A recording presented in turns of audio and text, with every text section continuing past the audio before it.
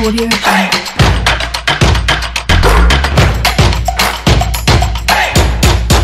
Le magazine du foot européen fait le tour de l'actualité en semaine et propose les affiches du week-end. Outre les questions pertinentes des auditeurs, nous évoquons les résultats enregistrés lors des compétitions de Coupe et Supercoupe. L'Inter sacré, pas de finale 100% madrilène en Espagne. La troisième partie de votre émission est consacrée aux majeurs City et Chelsea sur le pré pour la bataille du titre de Première Ligue. L'ambitieuse DA attend de pied ferme l'Inter Milan en Serie A italienne. Puis la quatrième et dernière partie fait place au débat entre maintien et transfert ronflant. Comment Newcastle United, passé sous pavillon saoudien, va assurer sa place en Première Ligue. Le club le plus riche du monde va-t-elle descendre en Championship vu son classement actuel 19e du championnat? Les spécialistes nous éclairent dans la tribune PFE. Franck Nunyama, Félix Ouala, Vicente Noussoulé sont là pour nous accompagner dans cette aventure. Anas PM est à la mise en onde. Le boss de la caméra, lui, c'est Elom Adovon, PFE 705. Info, stats, analyse, c'est Plateau Foot Europe. Bonjour à toutes et à tous. Bienvenue. Question de l'auditeur. Plateau Foot Europe. Avant d'aborder la série des questions qui nous est parvenue, on prend le temps de saluer nos spécialistes. Bonjour Franck, le Marseillais. Angelo, bonjour chers auditeurs et auditrices. Pour ceux qui veulent savoir pourquoi je l'appelle Marseillais, rendez-vous sur sportfmtg.com. Vraiment. Pour voir la vidéo de l'émission. Félix Ouala est de retour dans le studio Messagna, mais surtout dans l'émission Plateau Foot Europe. Oui. Bonjour Félix. Bonjour Angelo, bonjour le plateau, bonjour à tous ceux qui nous reçoivent. C'est mon retour pour cette nouvelle année 2022. Oui. Oui. Vous faites bien de le dire. Hein. Oui, parce qu'on m'avait taclé en fin d'année et 2021 et j'étais sorti sur blessure. Maintenant, je suis encore Vous êtes mes deux jambes. Ouais. Ça commence dans la bonne humeur. Vicente est également à nos côtés. Bonjour Vicente. Bonjour Angelo, bonjour aux auditeurs. En pleine forme? Bon, ça va. Noir et blanc, je ne sais pas si c'est Newcastle, c'est leur couleur. Hein. Pourquoi pas? Les noirs et blancs. Pourquoi pas, le nouveau riche. Pourquoi pas, justement. C'est bien en tout cas d'être dans la peau du riche. Et nous abordons la première fenêtre de cette émission avec la question des auditeurs. La première question, elle nous vient d'Ametepe Niakou qui pose la question de savoir quelles sont les raisons de la mauvaise place de Lyon en Ligue 1. Si je ne me trompe pas, Lyon doit être 10e, 9e ou 10e en 11e. Voilà. Ouais. Franck Nunyama, vous voulez mouiller sur la question? Moi, je ne sais pas l'expliquer parce que là, lorsqu'on prend un peu la compétition européenne, la Ligue Europa, Oui. où Lyon a joué une très bonne phase de poule en faisant 6 matchs, 5 nuls, 5 victoires et puis un petit nul, 16 points devant donc des clubs comme Rangers, comme Sparta. Ce n'est pas rien. Maintenant, en Ligue 1, le club ne se retrouve pas. 11e, Aulas qui sort, qui donne jusqu'à février pour le technicien Batave. Je ne comprends pas grand-chose. Maintenant, ce qui est peut-être intéressant, c'est que l'entraîneur lui-même est conscient de sa situation. Il sait que Lyon n'est pas à sa place dans ce championnat de la Ligue 1 française et qu'il dit lui-même que normalement, il aurait été viré par rapport à la situation, par rapport au contrat signé avec le club, mais il continue et on annonce même Laurent Blanc pour le succéder. Maintenant, ce qui ne réussit pas, peut-être qu'on n'a pas trouvé les meilleures combinaisons parce que la Ligue 1 est bien différente des compétitions européennes, mais on se dit, si Lyon a pu être, on va dire, au niveau européen, pourquoi on ne réussit pas en Ligue 1 française? La question se pose, je ne sais pas, va-t-il trouver d'autres alchimies pour permettre à ce club de se sortir de la deuxième partie du tableau? Toute la question est là. Et rapidement, 30 secondes chacun. Oui, moi je pense que Félix. ça a été une erreur de se séparer de Laurent Blanc. Comment on appelle L'ancien entraîneur? Oui. Vous parlez de Juninho? Non, le directeur sportif, l'ancien entre celui qui était parti avant l'arrivée de Peter Bosch, Rudy Garcia. Oui. Je pense que ça a été une erreur de se séparer de. Il n'était pas quand même en odeur de sainteté. Oui, mais à ce niveau du stade de la compétition, lors de la saison dernière, il était premier sur, en avant sur le Paris Saint-Germain. D'accord. Et en plus, aujourd'hui, nous sommes dans un contexte un petit peu particulier avec la Covid et surtout quelques blessures qui n'épargnent pas l'équipe Gone. Donc je pense que l'entraîneur même est conscient, comme Franck l'a dit tout à l'heure. Oui. Il a fait son autocritique et je pense que lorsque vous arrivez à vous regarder dans une glace, Oui. vous pouvez vous remettre, vous pouvez vous corriger et justement avancer. Ah, vous dites quelque chose d'assez intéressant, parce que quand ça ne va pas, il faut se remettre en cause en perpétuité. Vicente, un autre élément, s'il vous plaît, rapidement. Oui, rapidement, je pense que Peter Bosz, pour le moment, n'a pas encore convaincu. Il passe d'un 4-3-3 traditionnel à un 3-5-2 qui ne lui est pas habitué, qui cause la tâche un peu difficile aux joueurs. On sent aussi un problème d'implication au niveau des joueurs et surtout une terrible inefficacité qui ne dit pas son nom. Parce que quand on prend par exemple ce match contre Bordeaux, là, le Lyon a tiré 17 fois, mais a cadré 6 fois le tir. Donc, je pense que c'est aussi un problème d'inefficacité. Oui. On ne peut pas comparer cela à ce qui se passe en Ligue européenne, parce que c'est quand même deux réalités différentes. Mais je pense que Lyon doit se ressaisir parce que la 11e place ne lui sied pas. C'est pas honorable. En plus, la dernière victoire remonte à la 15e journée, je crois. C'est compliqué. C'est très compliqué. Je pense que c'est quand même 8 nuls et 5 défaites en 20 journées. C'est très difficile. C'est pas normal. Et surtout, on reviendra en tout cas sur cette implication plus ou moins évidente d'un certain Xherdan Shaqiri. Qu'est-ce qu'il fait au sein de cette équipe lyonnaise quand on l'a annoncé? Je pense qu'aujourd'hui, il est le meilleur, le joueur le mieux payé du club, mais pour l'instant, ça ne pèse pas. Deuxième question. José Mourinho a traité ses joueurs d'irresponsables dans la défaite face à la Juventus le week-end dernier en championnat. S'est-il trompé d'équipe en prenant la Roma? La question est de Doji Amedjonekou. Bon, déjà, moi, je pense que José Mourinho, aujourd'hui, tombe un peu.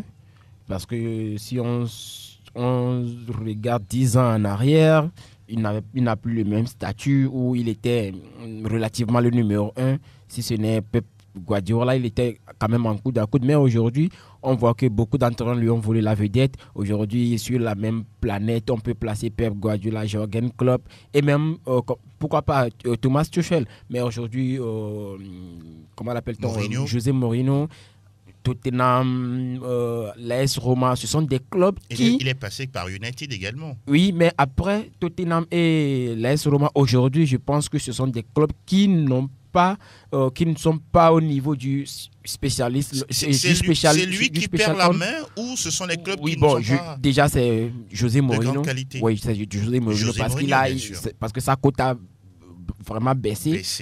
Maintenant, pour revenir sur sa sortie, moi, ça ne devait pas étonner même les joueurs parce qu'ils connaissent José Mourinho. Quand ça ne va pas, ils tapent sur leurs joueurs, mais quand ça va, c'est lui le boss, c'est sur lui que doivent se mettre les projecteurs. Donc, moi, je pense que les joueurs connaissant le monsieur, ils ne devaient pas être étonnés. Maintenant, pour revenir sur la physionomie de la rencontre... Vous chutez, s'il vous plaît. Oui, non, c'est la question. Vous répondez à la question. Oui, parce que c'est en fonction de certaines prestations que le coach les a traités d'irresponsables. Franck? Oui, s'est-il trompé de club? Moi, je dirais non. D'accord. Quoi qu'on dise, José Mourinho reste un grand entraîneur avec la Ligue des Champions gagnée avec l'Inter, avec Porto. Il reste l'un des meilleurs entraîneurs. C'est vrai qu'au fil des années, l'entraîneur perd un peu la main ou bien il tombe sur un club qui n'a pas, on va dire, une grosse ambition comme les Chelsea, comme les United et autres. Mais aujourd'hui, lorsqu'on mène 3-1 à 20 minutes de la fin et que vous perdez un match, moi je comprends la sortie de cet entraîneur. Et irresponsable, ça veut dire que vous n'avez pas fait le boulot pour au moins se sortir de ce match avec un match nul. Voilà, c'est dans ce sens que moi je comprends irresponsable. Et lui, il n'est pas responsable. Il est responsable, c'est un truc collectif. Maintenant, il veut mettre la pression sur les joueurs. Ça, c'est du Mourinho craché. Ils doivent le connaître pour ça. Donc, je pense que voilà, cette défaite lui a fait très très mal. Et voilà, il fait cette sortie en traitant les joueurs d'irresponsables. Je vois Vicente qui souriait. Il a sûrement quelque chose à dire. Rebondir rapidement. Oui, Vicente nous soulève. Je pense que c'est du Mourinho tout craché. N'est-ce pas? Ce n'est même pas la première fois qu'il le fait, que ce soit de Chelsea, Tottenham, Manchester United ou au Real, il l'a toujours fait, il a critiqué ouvertement et les joueurs individuellement. On se rappelle le cas de Pépé, de Cristiano Ronaldo. Évidemment, de Pépé, de Cristiano Ronaldo, de Ramos, surtout de Eva Canero, le médecin de Chelsea qui l'avait critiqué. Oui, de tous les noms voilà, d'oiseaux. De tous les noms d'oiseaux. Et puis après, à Manchester United, c'est cette altercation avec Paul Pogba. Mais Mourinho n'est pas à sa première. Je pense que peut-être c'est aussi sa stratégie de fouetter leur ego. De booster les joueurs parce qu'il ne les traite pas forcément d'irresponsables, mais de faibles psychologiquement. Donc cela veut dire quelque chose. Il est boosté à aller au combat tout simplement. Psychologiquement. Parce que Mourinho sait ses joueurs ont été toujours au combat. Donc si aujourd'hui le cas n'est pas le même avec la Roma, mais c'est en partie à cause des joueurs et je pense qu'ils vont se ressaisir parce qu'on sait bien qu'il a été accueilli en Fafa. Tout à fait. Le 16 la juillet rockstar 2021, de la Roma. Voilà. Mais il y a quand même une évolution, une progression au niveau de son comportement parce qu'on a vu ces gestes, ces petits gestes à certains joueurs, notamment le jeune Félix. Il devient de plus en plus sage. Oui, parce qu'aujourd'hui, vous ne pouvez plus être un gendarme derrière les joueurs. Les temps ont changé. Vous n'avez plus Xavier Zanetti ou Mécon et Francesco Totti dans le vestiaire. Aujourd'hui, c'est la génération Paul Pogba avec les coupes de cheveux, avec les tatouages. Donc, il faut savoir aussi comment traiter ces joueurs. Ce que Klopp et Pep ont bien compris. Et je pense qu'aujourd'hui, José Mourinho essaie de s'améliorer de ce côté. Vivement, on rappelle que José Mourinho n'a pas une grande carrière de footballeur, mais il a étudié la psychologie des hommes et du football. Troisième et dernière question de la rubrique. La première, Cédric Bakambu a signé à l'Olympique de Marseille cette semaine. Est-il un joueur capable d'aider Marseille à se qualifier pour la Ligue des Champions? On rappelle que Marseille est actuellement 3e, si je ne m'abuse, de la Ligue 1 française. Franck Nouniama. Je ne sais pas si c'est l'oiseau rare. Le joueur a 30 ans. Il a fini son contrat avec le club chinois en décembre dernier. C'est un ancien Sochalien. C'est un ancien sous-marin jaune. Exact. Bakambu, c'est vrai que il a un style de jeu assez intéressant. Maintenant, par rapport à la vision, par rapport au projet de l'Olympique de Marseille, est-ce que c'est le joueur qu'il faut à cet instant précis? Moi, je ne pense pas. Parce que le joueur a 30 ans et voilà, il est en phase terminale de sa carrière. Donc, je ne sais pas trop ce qu'ils sont allés chercher vers Cédric Bakambu. Maintenant, on va le voir sur le terrain. Vous émettez des doutes. Oui, s'il peut apporter, on va dire, ce qu'attend l'Olympique de Marseille, c'est-à-dire marquer beaucoup de buts. Surtout ça. Surtout que Arkadiusz Milik n'a pas répondu aux attentes du public ni du board marseillais. Donc, on verra bien. Vicente, rapidement. Depuis un certain temps. Bakambu à Marseille. L'Olympique de Marseille a un problème d'attaquant de neuf. On se rappelle du moment Valère Germain ou Mitroglou. Cette fois, c'est Milik. Ça ne va pas du tout, ça ne marche pas du tout. Donc, je pense que Cédric Bakambu est là peut-être pour un peu sauver les meubles. Mais je ne pense pas que ce soit à la taille de Bafétimbi Gomis, à la taille de Mamadou Niang à l'époque, Drogba entre-temps. Donc, parce qu'il est parti faire 3 ans quand même dans un championnat. Il est parti chercher de l'argent apparemment. De l'autre côté. Il a assuré sa retraite. Dans un championnat qui n'est pas forcément compétitif. Mais il ne faut pas aussi oublier que le joueur, pendant 3 ans à Villarreal, avait marqué quand même. Il a crevé l'écran. Et à un moment donné, il était même en 3 ans, 47 l'un des buts. meilleurs. Il était même l'un des meilleurs attaquants de la Liga. Donc peut-être qu'il peut aider l'équipe, mais c'est difficile de croire qu'il pourra peut-être porter cette équipe à lui seul. Et l'objectif de l'Olympique de Marseille, c'est de finir au moins 4e, pourquoi même 3e, et si possible 2e, et se qualifier pour la prochaine Ligue des Champions. C'est le plus important pour Franck Marcourt et toute sa cohorte. Justement, parce que Bakambu, comme on le surnomme, a laissé une empreinte du côté de la Liga. Et même récemment, ou non pas récemment, mais sur un passé récent, il y a de cela 1 an, si je ne me trompe, le Barça avait même approché le joueur pour le faire signer. Donc je pense qu'aujourd'hui, l'Olympique de Marseille, ce n'est pas trop grand pour lui, ce n'est pas trop petit non plus parce que c'est un joueur moyen, un buteur moyen, tout comme l'OM aujourd'hui. Donc si la fusion, si les deux parties arrivent à faire une parfaite fusion, Oui. je pense que ça pourrait marcher. On voit l'impact de, comment on l'appelle, Kaltoko et Kambi du À côté Lyon, de l'Olympique lyonnais. C'est quelque chose d'important. Pourquoi pas Bakambo Pourquoi ne pas. peut pas apporter ça du côté de l'Olympique lyonnais, parce qu'aujourd'hui, il a bien dit lors de sa présentation qu'il est revenu en Europe pour un projet purement sportif qu'il s'est déjà D'accord. mis à l'abri côté. Apparemment, vous le croyez. Voilà qui est dit. En tout cas, nous remercions Razak Tokofay qui nous a envoyé cette question. Et justement, la fenêtre, elle est bien fermée. Et on passe à autre chose. On va s'intéresser d'abord à la rubrique des coupes et supercoupes. Au niveau d'abord de l'Espagne avec ce énième classico entre le Real Madrid et le Barça. C'est le Barça qui accueillait justement le Real du côté de Jeddah en Arabie Saoudite. Et à l'arrivée, c'est le Real qui s'est imposé. Voilà, attention, qui s'est imposé 3-2 face au Barça. C'était le 100e classico gagné par le Real Madrid. Vicente, cette Supercoupe a-t-elle encore de la valeur ou bon, c'est juste un trophée de pacotille? Peut-être que ça n'a pas de la valeur comme le championnat. Donc on parle d'un trophée du village. Mais d'une coupe du village, voilà, c'est le terme même qu'on utilise. La coupe du village, c'est plutôt la coupe du roi. Et la super coupe alors? Mais la super coupe, elle est super. Donc d'accord. Allez-y. Je pense que non, ça a quand même de la valeur, d'autant plus que c'est une coupe qui se joue peut-être sur une semaine. Donc on ne peut pas peut-être la comparer à la Liga ou à la Ligue des Champions, mais c'est une coupe qui a sa place parce que ça permet quand même aux joueurs de s'illustrer. Cela permet à la Liga aussi d'empocher peut-être quelques jetons. Absolument, c'est en Arabie Saoudite quand même. C'est à Jeddah là. Ah ouais, les pétrodollars. Évidemment, un peu d'argent. Évidemment, c'est fait exprès, donc je pense que ça a toujours de la valeur parce qu'un classico reste toujours un classico. Dans le malgré jeu, la 5 buts marqués, c'est quand même intéressant. C'est très intéressant parce que depuis le départ à Cristiano Messi ou encore ce duel auquel on assistait, on n'a plus vu vraiment un classico intéressant. Donc je pense que l'autre fois, vraiment on s'est régalé. Je pense que c'est ce qui doit se faire du côté de l'Espagne parce qu'aujourd'hui l'Espagne a un peu perdu de sa côte. Absolument.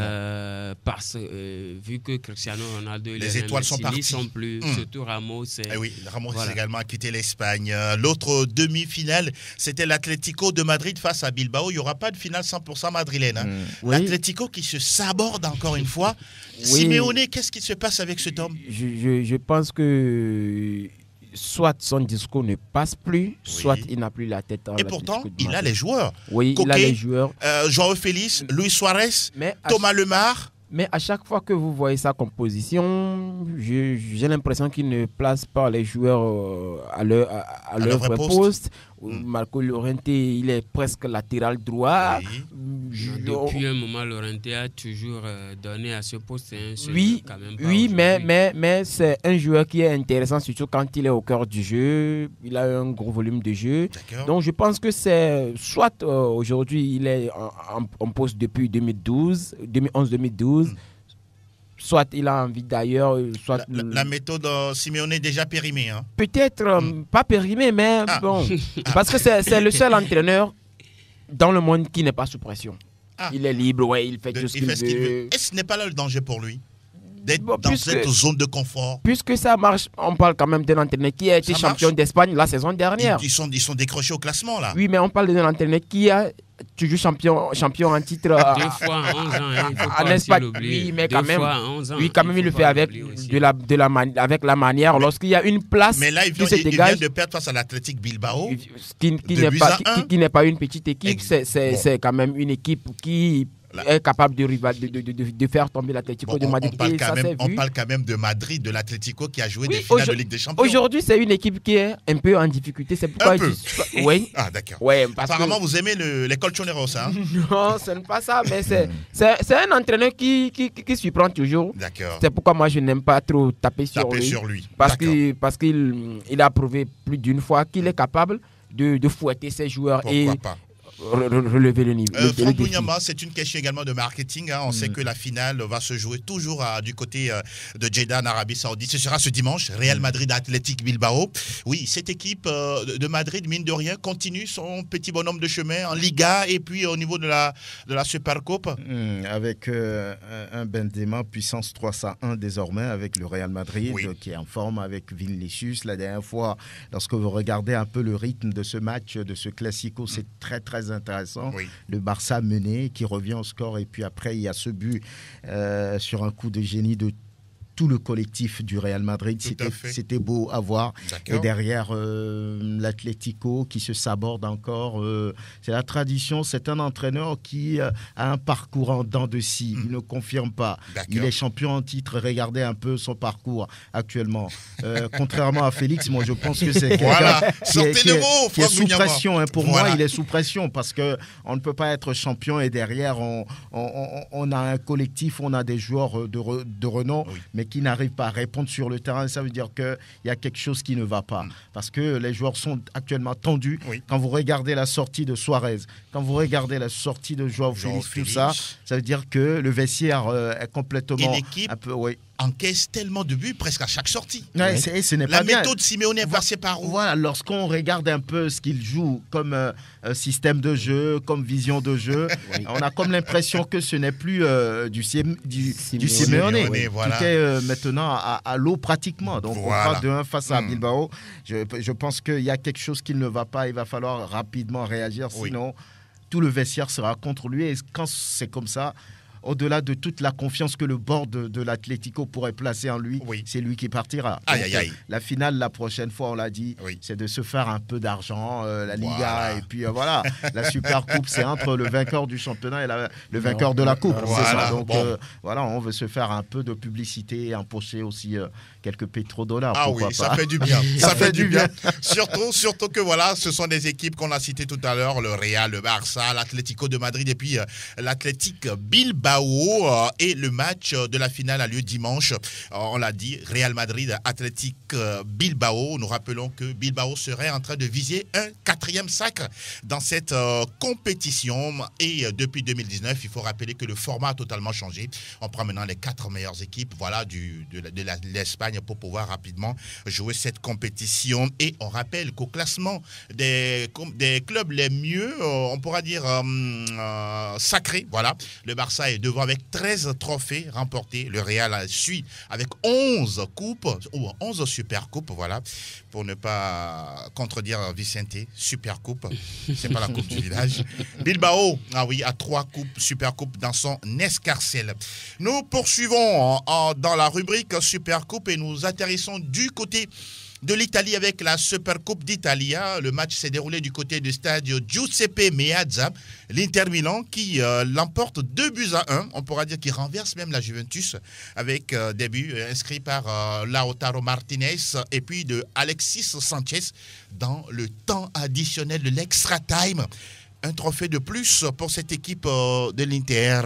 Oui, c'est de bon augure pour le nouvel entraîneur qui, ma foi, essaie quand même d'apporter... Simone Inzaghi. Oui, Simone qui essaie d'apporter quelque chose, même si ce n'est pas la même façon de voir les choses comme son prédécesseur Antonio Conte. Lui, il est un petit peu ouvert sur la production de jeux. Il a été attaquant dans sa carrière. Oui. Le petit frère de Pippo Inzaghi. Et je pense que même s'il n'a pas été un grand attaquant comme son frère, exactement. Et je pense qu'aujourd'hui, Alexis Sanchez, il n'a pas tout perdu. Au moins, il a retenu quelque chose de Manchester United, justement le Fergie. Le Fergie time. Ouais, et il a crucifié cette équipe de la Juventus de Turin. Donc, je pense que c'est une bonne chose pour cette équipe interiste. On voit également que ce sont des équipes, en tout cas, qui aiment jouer ce genre de compétition, même si c'est la Supercoupe. La Juventus, qui est la formation la plus titrée avec 9 Supercoupes, était dans le match, mais voilà, in fine, voilà. la vieille dame n'arrive pas à plier justement cette équipe de l'Inter Milan. Déjà, la Juve avait déjà reçu un coup dur au début de la saison avec ses classements bizarres dans le championnat. Mais aujourd'hui, je pense que c'est plutôt Simone Inzaghi qui gagne encore plus en confiance. Parce que il assoit sa notoriété. Oui, je pense. Parce que c'est un coach qui est arrivé après un sac. Et c'est difficile de rebondir et relancer l'équipe, de confirmer avec tous les joueurs qui y sont, tous les égos qui y sont. Et je pense qu'avec du recul, il faut quand même dire que c'est un coach qui est en train de faire un très bon travail parce que déjà, il avait déjà gagné 2 Supercoupes quand il était encore à la Lazio contre la même Juventus. Donc, ça devient tout simplement une habitude. Et je pense que c'est la Juve qui s'est quand même fait choper ce trophée là, surtout avec le but de quelqu'un qui était plusieurs fois enterré à l'Inter. Vous voulez parler de Sanchez qui donne la victoire. Et je pense que c'était un très bon remplaçant aussi du côté de l'Inter de Milan. Félicitations à cette équipe de l'Inter de Milan qui quand même continue de faire du bien au public de l'Inter et je pense que c'est une très bonne chose. D'accord. Maintenant, à la Juve de pouvoir rebondir. De verser les larmes, tout ça. On attend cette équipe de l'Inter à tous les niveaux de la saison 2022 puisque l'Inter est en Ligue des Champions, leader de la Serie A italienne et aujourd'hui qui vient d'être sacré, on pourra dire, pour la Supercoupe d'Italie. Après 11 ans, bien sûr. Ah oui, après 11 ans. Le dernier avec José Mourinho, Samuel Eto'o, on se rappelle latéral Samuel Eto'o à l'époque. C'est le 6e succès en finale des Nerazzurri après 89, 2005, 2006, 2008, 2020 et 2021. Et on enchaîne avec la Coupe de la Ligue en Angleterre, Franck. Liverpool et Arsenal, se sont quittés en bons amis, 0-0. On rappelle que Chelsea est déjà en finale parce que les Blues se sont imposés 1-0 face à Tottenham lors de la manche retour de cette Coupe de la Ligue. Nous parlons des demi-finales. Vous voyez à Liverpool ou Arsenal, qui voyez-vous pour jouer cette finale de la Coupe de la Ligue face à Chelsea? Sur le match qu'on a vu la dernière fois, c'est-à-dire hier, c'était très serré avec beaucoup d'occasions vendangées des deux côtés. Un joueur de Liverpool avait même la balle de match ou bien qui dégage le ballon pratiquement. Et Saka également n'a pas été adroit. Donc ça a été un match assez intéressant avec un bon rythme. Maintenant, je sais que Arsenal, depuis ces derniers temps, reste sur un bon rythme, de bons résultats avec des jeunes qui font bien le boulot. Attention à Liverpool, qui sur le papier reste le favori. On peut le dire. Maintenant, ça doit se jouer. Il faut mériter sa victoire sur le terrain. Vous le dites si bien, le match retour est prévu jeudi, le 20 janvier. Arsenal accueille Liverpool. Félix? Oui, lorsque vous perdez 2 joueurs qui marquent pratiquement 80% de vos buts. Je parle de Liverpool, Mohamed Salah et Sadio Mané qui n'étaient pas présents hier. Arsenal également a perdu 2 joueurs importants. Nicolas Pepe et Pierre-Emerick Aubameyang. Mais pas du même calibre que Salah et Mané. Pour une fois, vous êtes d'accord.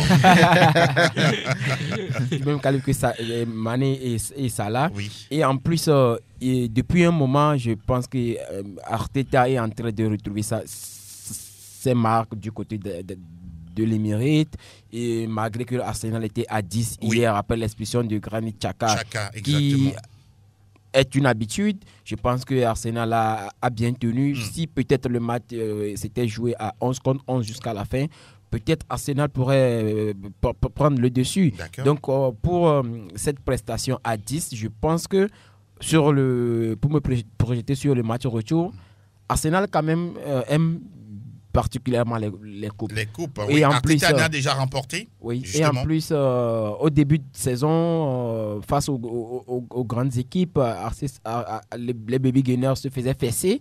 Mais maintenant, ils résistent. Vous voyez une solidité au sein de cette équipe-là. Oui, avec de jeunes joueurs aujourd'hui, sans Aubameyang. Et surtout, je pense que Arteta a fini par comprendre. Je ne sais pas si c'est parce que la Casette ne voulait pas prolonger, qu'il essaie de le forcer, de le mettre titulaire. Mais avec et Alessandre Lacazette titulaire, on sent quand même une certaine fluidité dans le jeu, surtout devant Gunners. où Arsenal arrive à quand même se créer des occasions. En tout cas, des jeunes joueurs, Smith Rowe, Bukayo Saka et les autres qui arrivent à permettre à cette équipe d'Arsenal de rester à flot.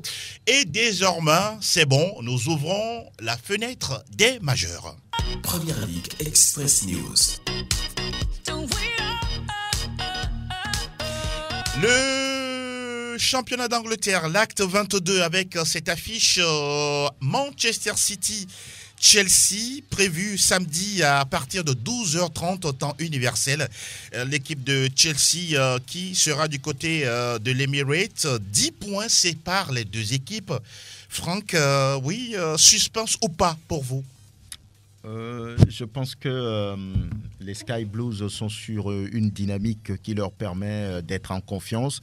Depuis qu'ils ont pris les commandes au niveau de la Premier League, c'est difficile de les voir flancher. Donc sur ce match, je pense qu'ils ont un avantage psychologique et mental sur Chelsea qui a plusieurs fois, pendant plusieurs semaines, dirigé cette compétition et qui aujourd'hui fait des prestations un peu en dents de scie avec Romelu Lukaku qui n'est plus tellement en odeur de sainteté après sa déclaration qu'il aimerait retourner à l'Inter, qui a fait un peu parler. Donc au-delà de ses excuses, je pense qu'il y a un changement de philosophie de jeu au niveau de Tuchel, ce qu'a reconnu Tuchel, voilà, Romelu Lukaku, voilà pourquoi il joue plus souvent. Maintenant, je pense qu'on est dans une période assez importante pour aller chercher le titre, donc ça va être un match assez intéressant, un match assez disputé, mais j'ai envie de dire tout de suite que Manchester City a quand même la faveur de pronostic sur une telle confrontation. À quel niveau peut se situer les différences du côté de City, ensuite du côté de Chelsea? D'abord, Franck a dit quelque chose d'important. Je pense que Man City aujourd'hui est quand même la seule équipe à être un peu plus constante ces derniers. Je pense qu'il reste quoi sur 11 victoires consécutives, non? Oui, évidemment. Si je ne me trompe pas.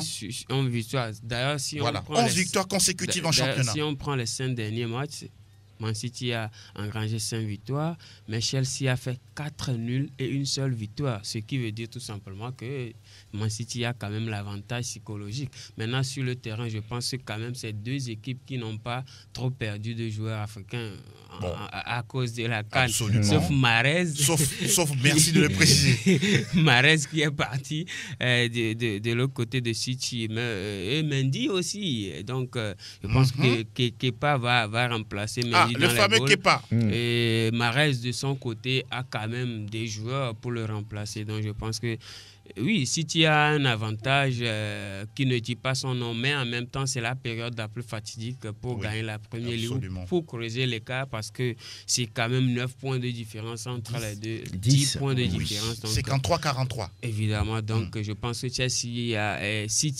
a plutôt l'avantage et je pense que ce serait très difficile de penser que Chelsea peut faire l'affaire devant cette équipe. Et Félix, dites-nous, quels sont les arguments que vous nous donnez pour nous asseoir devant un tel match quand on a 10 points de différence entre les deux équipes? Ouais, on parle quand même d'une équipe qui est championne d'Europe, qui a battu cette équipe de City plus de 3 fois la saison dernière. Donc je pense qu'aujourd'hui, Thomas Tuchel sait que lorsqu'il rend les armes face à Pep Guardiola sur cette rencontre, c'est complètement plié pour la Première Ligue. Je ne pense pas qu'il va donner cette facilité à Pep Guardiola. Il va quand même résister et essayer de relancer la Liga, parce qu'en Angleterre ça va vite. Avec 7 points de différence, si Chelsea arrive tout est encore jouable. Tout est encore jouable. 7 points, ça fait 2 défaites et un match nul. Donc je pense que Thomas Tuchel, il est capable de le faire. Ça, il faut le dire. Même s'il a perdu Mendy, il a quand même une bonne équipe, même s'il y a quelques blessés. Mais il a quand même l'effectif nécessaire pour aller chercher Pep Guardiola et relancer complètement la Première Ligue. Parce que lorsque vous donnez cette facilité à Pep Guardiola, qui pense prend la Première Ligue pour acquis, attention, ça peut faire mal en Ligue des Champions, parce que c'est là où il est véritablement attendu. Donc il faut quand même le mettre dans le doute avec une équation à double inconnu en passant à la Première Ligue et aussi à la Ligue des Champions. Bon, fameux mathématicien. Une équation double inconnue, en tout cas pour Pep Guardiola. Ce match est très attendu à partir de 12h30 samedi. Manchester City qui accueille Chelsea et il y aura également un derby londonien entre Tottenham et Arsenal. Dimanche, non, plutôt samedi toujours. Oui, samedi toujours dans la soirée. Merci les beaucoup. deux équipes sont à coude à coude. Les deux équipes, justement, sont très proches. Qui va remporter la bataille de Londres? Réponse, justement, on en parle lundi prochain. Aquí está la Liga Española. Nous sommes dans la Liga Espagnole, la 21e levée. Pas de match pour le Real ni pour le Barça. L'Athletic Bilbao et l'Atlético de Madrid exemptés parce qu'ils voilà, ils sont du côté de Jeddah, pas en vacances, hein, il faut le rappeler. Et Valence, 10e au classement qui accueille Séville, 2e. Attention, si Séville gagne, Séville va resserrer en tout cas l'écart. Ça fera désormais 46 pour Séville et 49 toujours pour le Real. Et on rappelle que les Andalous ont toujours même un 47. match. Voilà, 47. Ouais. Voilà, 47. Qu'est-ce que j'ai dit? 46. Ah, excusez-moi, 47. Merci beaucoup, Franck. Et on rappelle également que dans cette 21e levée, Retafe joue à domicile contre Grenade. Un mot sur cette équipe de Séville face à Valence. Ils sont, on pourra dire, l'adversaire le mieux coté pour le Real Madrid. Oui, ils sont seulement à 5 points. Ça ne se joue pas à grand-chose, cette équipe de Lopetegui. Avec un match en moins. En moins, naturellement. Donc, je pense que Séville, sur le papier, sur ce qu'ils sont en train de montrer, peuvent prendre des points sur ce match contre Valence parce que là, ils n'ont pas encore perdu le titre par rapport à la Liga. Donc, ils vont jouer à fond un tel match qui, quand même, reste à leur portée. Pas faire des erreurs là-dessus et regretter après. Donc, je pense que Séville a les moyens quand même d'aller chercher les 3 points. Mais attention, Valence, c'est vrai, n'est pas totalement bien ces derniers temps. Mais sur ce match, on peut avoir cette révolte de cette équipe de Valence. Muchas gracias, señor Franck. Et désormais, nous atterrissons de quel côté? Benvenuto Calcio Italia. Nous parlons de la Serie A italienne, le 22e chapitre, avec l'Atalanta Bergame, 4e au classement face à l'Inter Milan, le leader. Il y a match entre la DA et les Nerazzurri. Ce match-là, l'Inter n'a pas droit au faux pas. N'a du tout pas droit au faux pas parce qu'on sait que c'est un peu serré et l'Inter aujourd'hui est premier, certes avec un match en moins, mais le Milan AC suit derrière. Donc, à un faux pas de l'Inter, le Milan AC l'attrape. Donc, il va falloir pas faire de faux pas, surtout contre une équipe très joueuse de l'Atalanta Bergame, comme on le connaît, avec des joueurs extraordinaires, des talents pas possibles. Donc, il va falloir que l'Inter doit redescendre sur le piédestal de la Super Coupe. Surtout après ça, se concentrer. Oublier rapidement cette Super Coupe-là, se concentrer sur ce match-là parce que ça peut aussi se jouer, le titre peut se jouer sur ce match. Exactement. Et il va falloir le jouer à fond. À fond, surtout ce match entre l'Atalanta et l'Inter Milan, match à suivre et à décrypter lundi à venir. Et nous terminons le tour des majeurs avec... Willkommen zur Total Bundesliga. Total Bundesliga.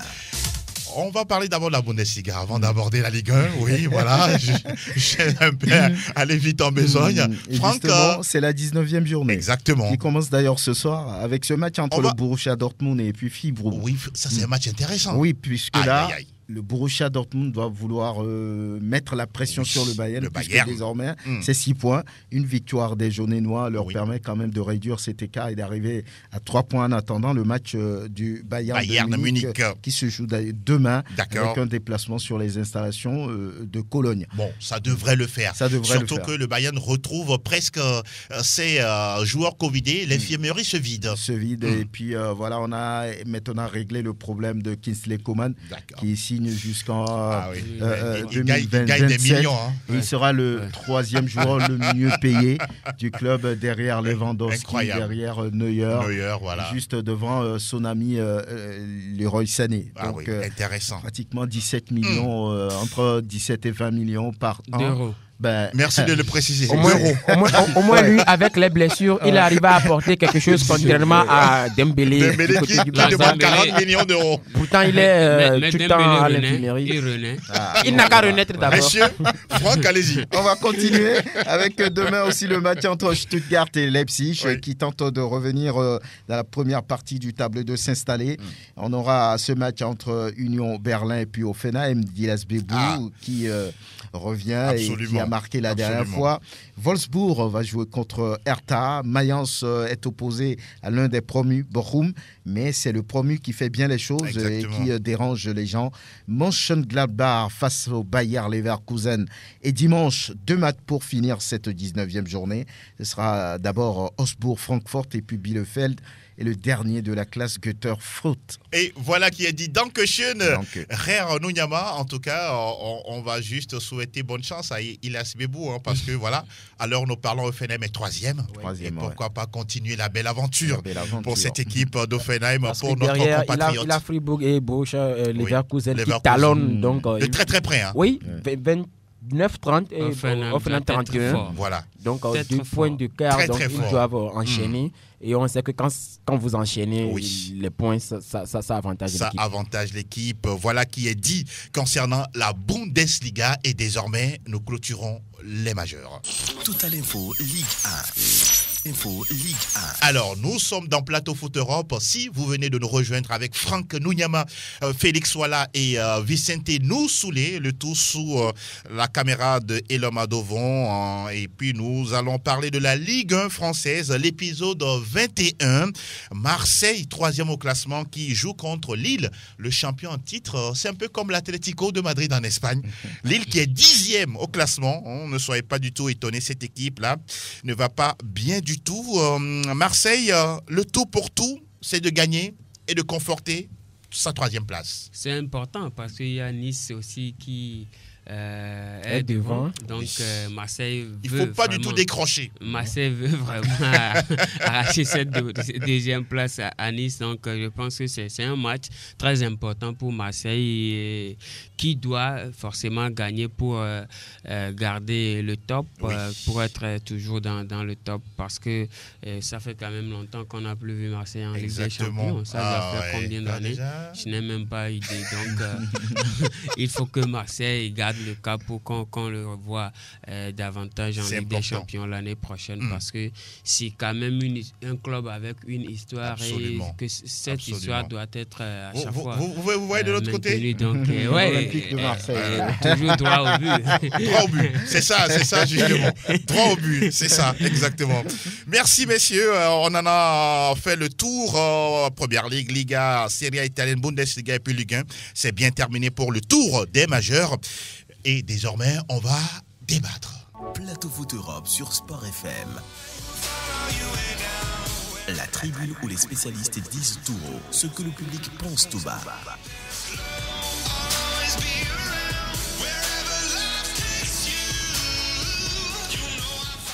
Le sujet qui nous intéresse, c'est la situation de Newcastle United.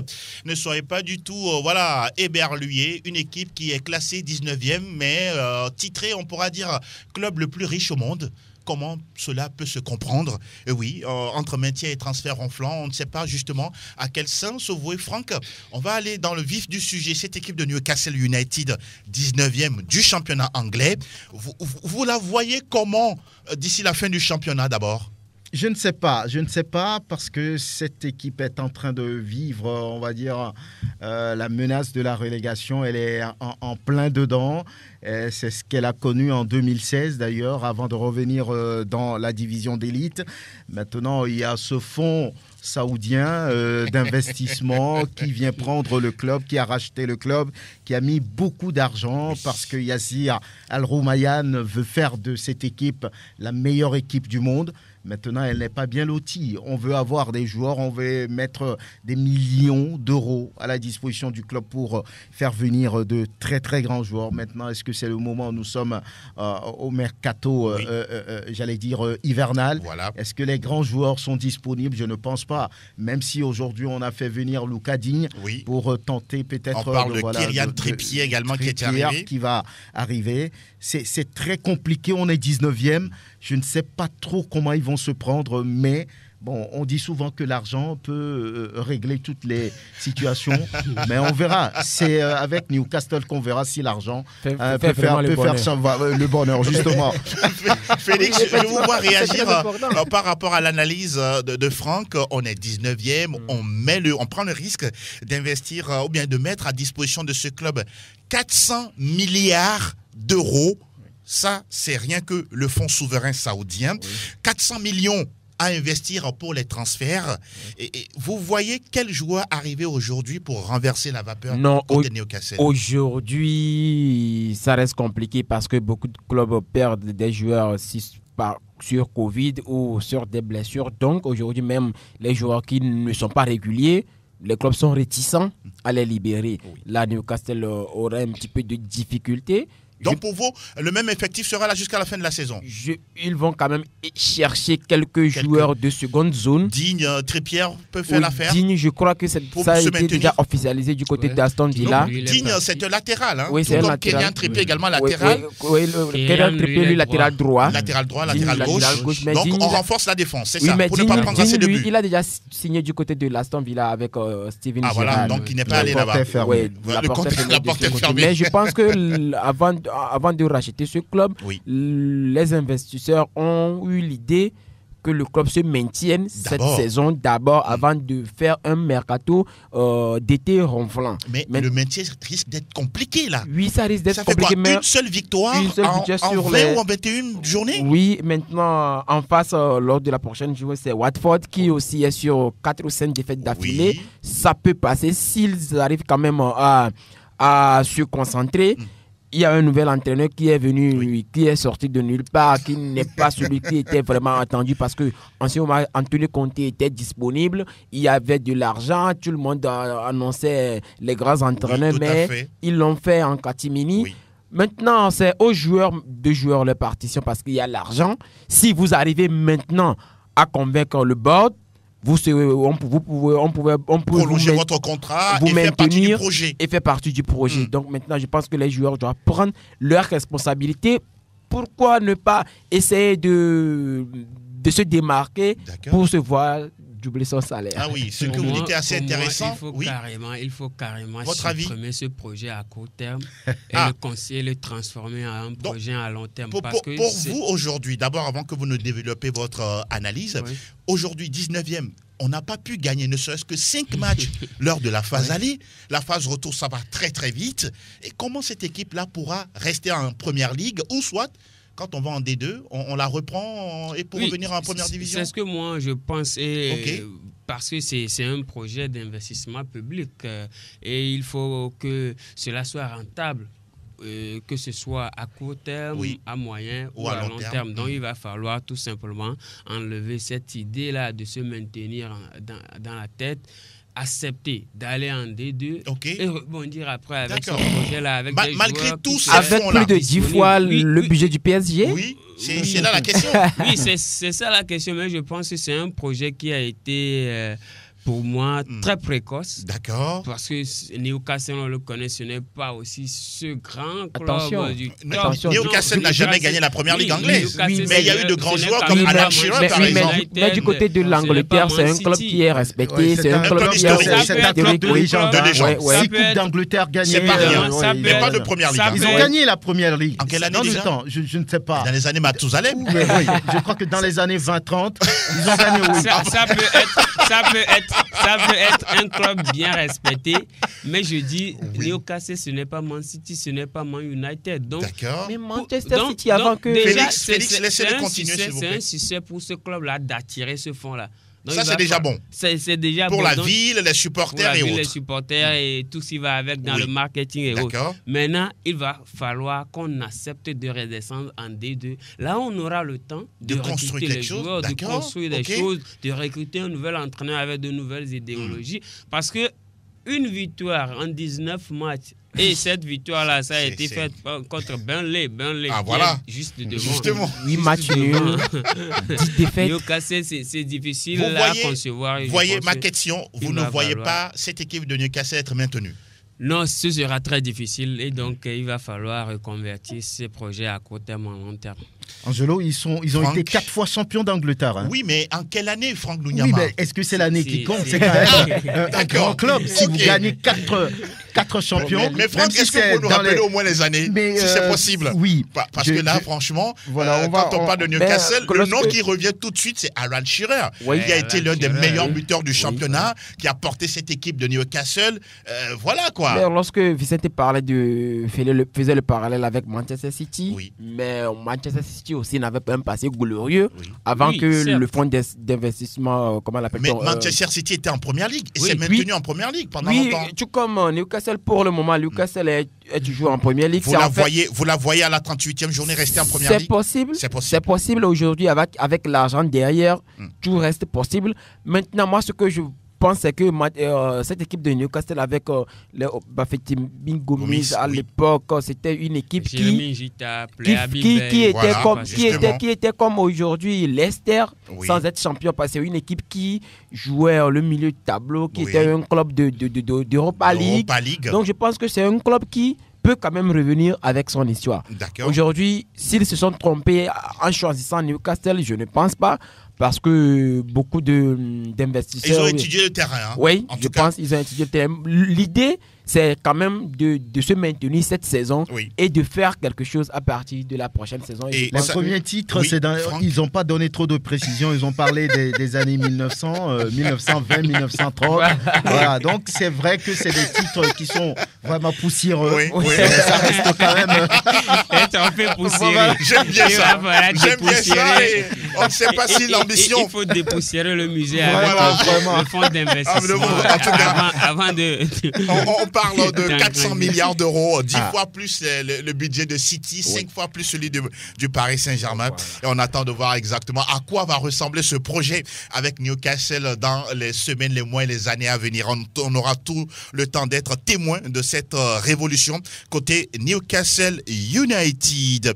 Messieurs, mine de rien, on est arrivé presque à la fin de cette émission. On rappelle que à la Coupe d'Afrique des Nations, il y a près de 600 joueurs qui ont quitté l'Europe pour participer à cette Coupe d'Afrique des Nations.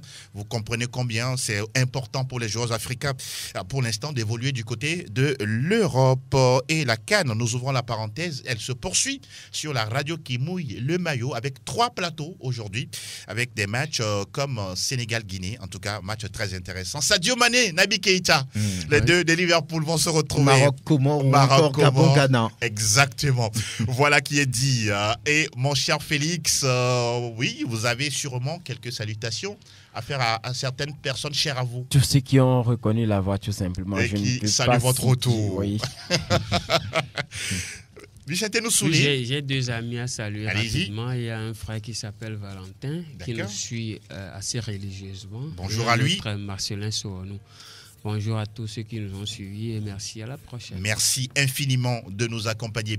Franck Nouniama, à vous l'honneur. Bon début de week-end aux inconditionnels de cette émission. Oui. Et voilà, à très bientôt. Merci beaucoup, messieurs, d'être restés des nôtres. On prend le temps également de remercier Elom Adovon. La vidéo d'émission est à retrouver sur sportfmtg.com, tout comme toutes les infos liées à la Coupe d'Afrique des Nations. Mille gratitudes également à Anas PM. On se souhaite une belle fin de semaine et on se retrouve lundi avec la même passion, la même flamme de vous servir. À très bientôt. Ciao, ciao.